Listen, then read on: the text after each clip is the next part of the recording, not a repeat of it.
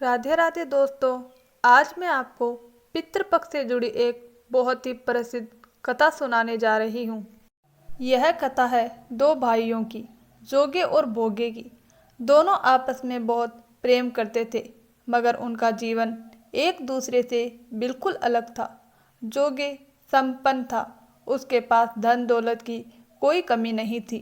वहीं भोगे निर्धन था, उसके घर के हालात बहुत ही साधारण थे। जोगे की पत्नी को अपने वैभव और ऐश्वर्य पर बड़ा घमंड था, जबकि भोगे की पत्नी सहज, सरल और विनम्र स्वभाव की थी। समय बीता और पितृपक्ष आया। उस अवसर पर जोगे की पत्नी ने अपने पति से कहा, श्राद्ध का आयोजन करना चाहिए, नहीं तो लोग बातें बनाएंगे।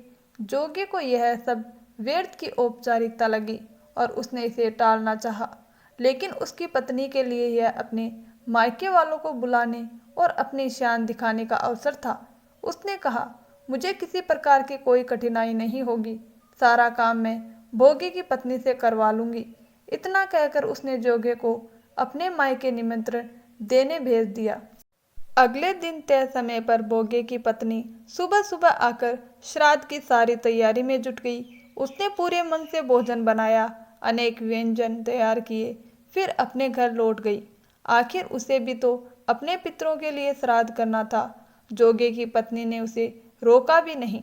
दोपहर तक पितरलोक से धरती पर उतरे। सबसे पहले वे जोगे के घर पहुंचे, लेकिन वहां उन्होंने देखा कि भोजन केवल पितरों के लिए नहीं, बल्कि जोगे की पत्नी के मायके वाले पहले ही बैठकर भोजन करने लगे थे। यह देखकर पितर निराश हो गए और वहां से लौट गए। इसके बाद वे भोगे के घर पहुंचे। वहां तो न व्यंजन थे, न पकवान, केवल श्राद्ध और आस्था के भाव थे। भोगे की पत्नी ने तो केवल अगियारी हवन की राख अर्पित की थी।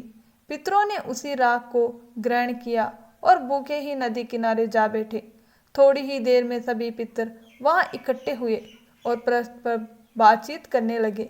सब अपने अपने वंशजों के श्राद्ध का बखान कर रहे थे। जोगे भोगे के पितर भी वहां पहुंचे और दुखी होकर अपनी व्यथा सुनाई। फिर वे सोचने लगे, अगर भोगे समर्थ होता तो वह अवश्य ही हमें तृप्त करता। उसके पास साधन नहीं है, इसीलिए वह केवल राख ही दे पाया। उसका अपराध नहीं है। यह सोचकर वे भोगे पर द्रवित हो गए और नाच गाकर आशीर्वाद देने लगे। भोगे के घर धन आ जाए, भोगे के घर धन आ जाए। उधर शाम हुई तो भोगे के बच्चे भूख से व्याकुल होकर अपनी माँ के पास आए। उन्होंने कहा, माँ, बहुत भूख लगी है। माँ ने उन्हें समझाते हुए कहा, आंगन में रखी हुई बर्तन को जाकर देखो, उसे खोलो, उसमें जो भी मिले आपस में बांटकर खा लेना। बच्चे दौड़ते हुए गए और बर्तन को खोला। देखा तो वह पूरी तरह मोहरों से भरी पड़ी थी। वे आनंद से चिल्लाते हुए माँ के पास पहुँचे और सारी बात बताई। भोगे की पत्नी स्वयं आंगन में गई और यह चमत्कार देख अचंभित रह गई। इस प्रकार भोगे का घर धन धान्य से भर गया। लेकिन आश्चर्य की बात यह रही कि समृद्धि होने पर भी भोगे और उसकी पत्नी ने कभी घमंड नहीं किया।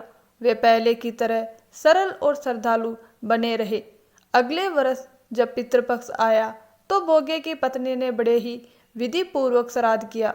उसने अनेक प्रकार के पकवान बनाए, ब्राह्मणों को आमंत्रित कर भोजन कराया और उन्हें दक्षिणा भी दी।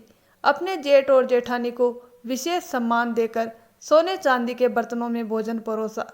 यह देखकर पितर अत्यंत प्रसन्न हुए और उन्हें तृप्ति मिली। तो यही है श्राद्ध पक्ष में सुनाई जाने वाली जोगे भोगे की कथा। आपको यह कथा कैसी लगी, कमेंट करके ज़रूर बताइए। अगर आपको यह कहानी पसंद आई हो तो इसे लाइक करें और मेरे चैनल को सब्सक्राइब करना बिल्कुल ना भूलें। धन्यवाद दोस्तों।